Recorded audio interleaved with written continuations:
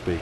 Okay, now we're going to pause. We're going to listen to the police update here on the shooting of those two officers in Las Vegas. For those of you who don't know me, I'm Doug Gillespie, Clark County Sheriff, Las Vegas Metropolitan Police Department. I have some prepared comments, and then I'm going to introduce two members of my executive staff that will update you on the incident itself, as well as suspect information. And then after the three of us have spoken, we will then answer any questions that you may have. It has now been 24 hours since my two officers and a citizen were murdered. The families of the officers are dealing with the loss of their loved ones, and our police department family is trying to cope with their deaths as well. I can't thank the Las Vegas community enough for the kind words and support over the last 24 hours. I also want to extend a thank you to our brothers and sisters in law enforcement, for I've received personal calls, text messages, and emails from law enforcement brothers and sisters across this great country. To my agency, I'm proud of your focus over the past 24 hours.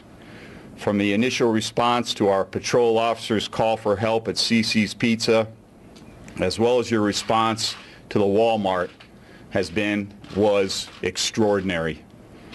You showed no fear, entering a building knowing shots were being fired and that two of your brothers had already been shot. You used your training and good sense and developed a plan that forced the two suspects into a situation where their only avenue was to take their own lives. You did not get caught up in the moment. You relied on good leadership and sound police tactics. I applaud you. Once the situation was contained and the suspects no longer a threat, our investigative personnel began their work. Two dynamic and large scenes were processed and examined with great skill and efficiency. I also want to thank other first responders to the scene: Las Vegas Fire and Rescue, Clark County Fire, AMR, Nevada Highway Patrol. To those paramedics, even though both of my officers did not make it, I know you worked hard to give them a chance. To UMC and the Trauma Center, God bless you. I watched you work so hard on my two men, but we all know the wounds were too severe. To the family of Mr. Joseph Wilcox, the Las Vegas Metropolitan Police Department would like to send our deepest heartfelt condolences. Joseph died attempting to protect others. His death is completely senseless. I know all of you here, as well as many people far away, have many questions. I would now ask Assistant Sheriff Kevin McMahill to come to the podium. He will speak to the investigation, the identity of the suspects, and what we have in regards to the event itself. Once he is finished, Assistant Sheriff Joe Lombardo will address where we go from here and about how our patrol officers will operate moving forward.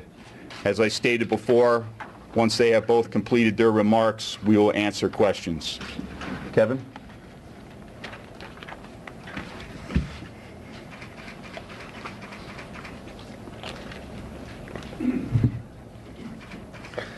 Thank you, Sheriff. I'm just going to give you the names real quick, so as I begin to tell you the story, it'll be very simple for you to follow along here. I think most of you already know that the two officers involved, the first one is Officer Igor Saldo. He's 31 years of age, and he was hired with Metro in 2006. The second officer is Alan Beck. He's 41 years of age. He was hired here in Metro in 2001. The two suspects you'll see on to my left here, the first one is Jared Miller. He's 31 years of age. The second is his wife, Amanda Miller. She is 22 years of age. The citizen victim in this case, Mr. Joseph Wilcox, is 31 years of age. So chronology of the events as we move forward, at about 11:22 hours yesterday, Officers Saldo and Beck were inside of the CC's Pizza taking their lunch break. At that time, Mr. Jared Miller entered into the restaurant, looked around briefly, and immediately exited the restaurant. He then went back out and met with his wife, Amanda, and both of them re-entered the store after leaving several of the items that they had carried with them, being backpacks, outside of the store.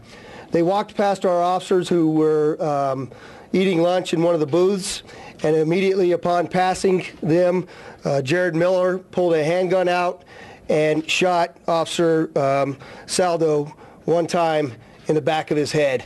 Officer Saldo immediately succumbed to his injuries, and there was no further movement from him in the booth. At that time, Officer Beck immediately began to react when he was confronted with lethal gunfire from Jared Miller, and he was shot once in the throat area. What happened after that very quickly was that Amanda Miller then removes a handgun from her purse, and both Jared and Amanda Miller fire multiple shots into Officer Beck.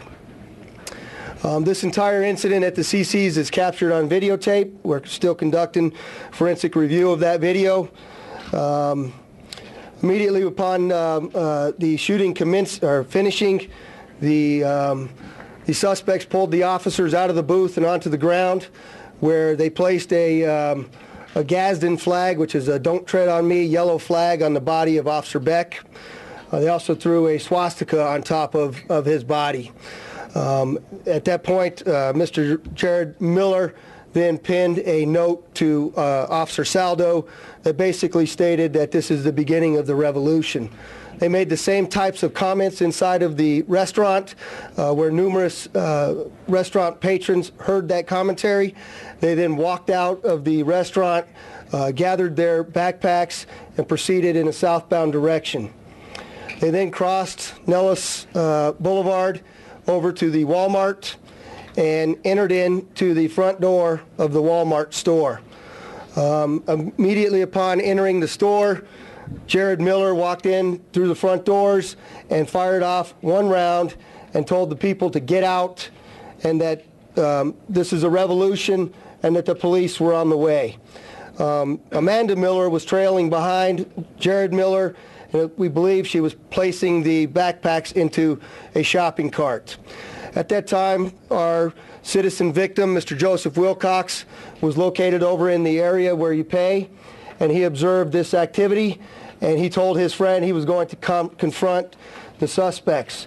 He was carrying a concealed weapon, and he immediately and heroically moved towards the position of Jared Miller. Upon completing that action, he did not realize that Amanda Miller was with Jared Miller and passed her directly. As soon as he began to confront Jared Miller with his firearm, Amanda Miller removed her firearm and shot him one time in the ribs area, and where he immediately collapsed. Subsequent to that, the 911 calls continued to come in, and the officers were responding to both locations. Information was put out at the scene very quickly that when Jared and Amanda Miller were at the CC's, they took the firearms from our downed officers, as well as all of the ammunition on their belts when they left, and took that with them. As soon as they got into they continued towards the rear of the Walmart store, and our officers, led by two sergeants using the active shooter assailant protocols that we train on, called MACTAC, decided to enter into five-man elements and enter in the store. One team entered from the rear, the other team entered from the front, and almost upon entry, the team in the rear began contact with the suspects. There was an exchange of gunfire between the officers and the suspects, and the suspects continued towards the rear of the store near the automotive area. There was a number of times that the officers and the suspects both conversed, as well as exchanged gunfire. And we had an officer immediately, at the direction of one of the sergeants, get into the surveillance area with one of the security officers from Walmart and then begin to view that tape and provide updated intelligence to our responding officers as to the locations of the suspects.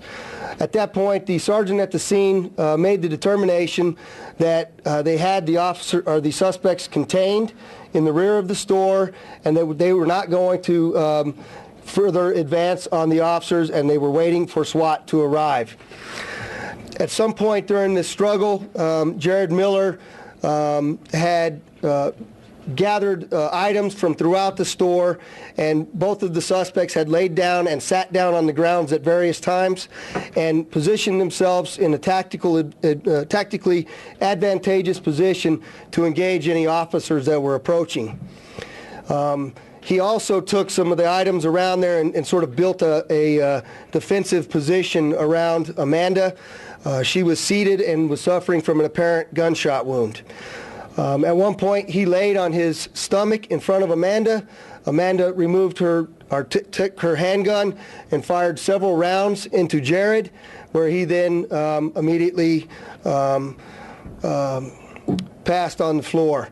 At that point, Amanda took her handgun and ended her own life with one gunshot wound to the head. SWAT officers responding went in, immediately secured both suspects with handcuffs.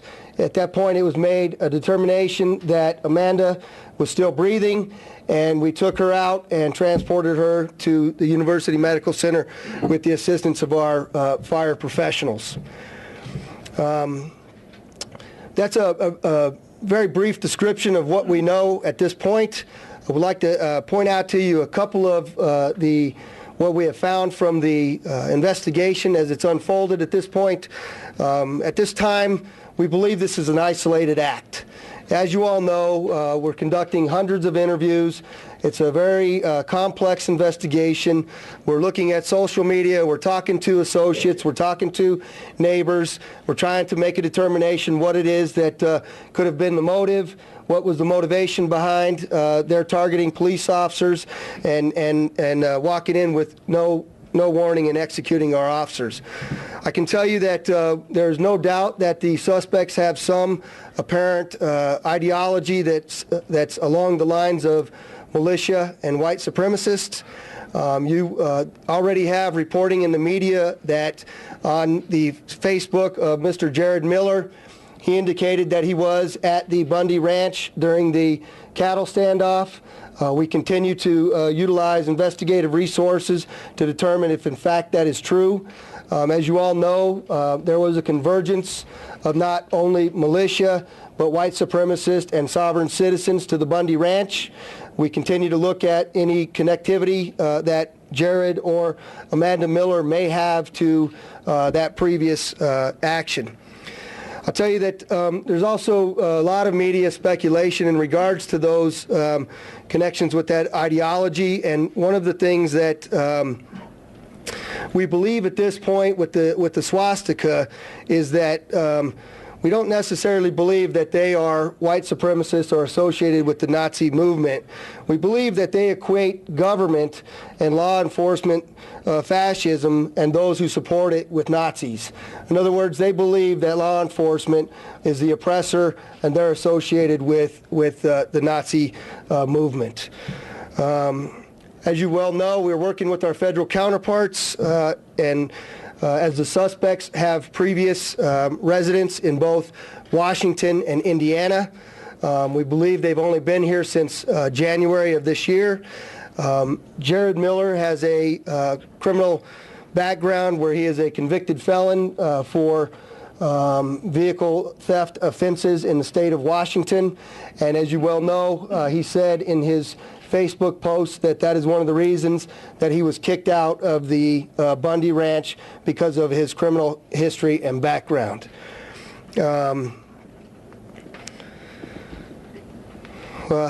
We do realize that the events in Gold Butte attracted a significant number of anti-government, anti-law enforcement individuals, and we continue to investigate the aspects of this case that may be related to that. At this time, I'm going to have Assistant Sheriff Lombardo come up. And So provide to you some recap commentary what as he to is the now current saying, and that is they have identified the two suspects, Jared and Amanda Miller. Jared, 31 years old, Amanda, 22. We are told also that, in fact, she shot him after they had entered the Walmart and then took her own life. She was breathing when police arrived. They are recapping that they believe that, in fact, they may be part of some militia. They have an ideology that tends towards militia and white supremacists. They don't know the motivation yet, but they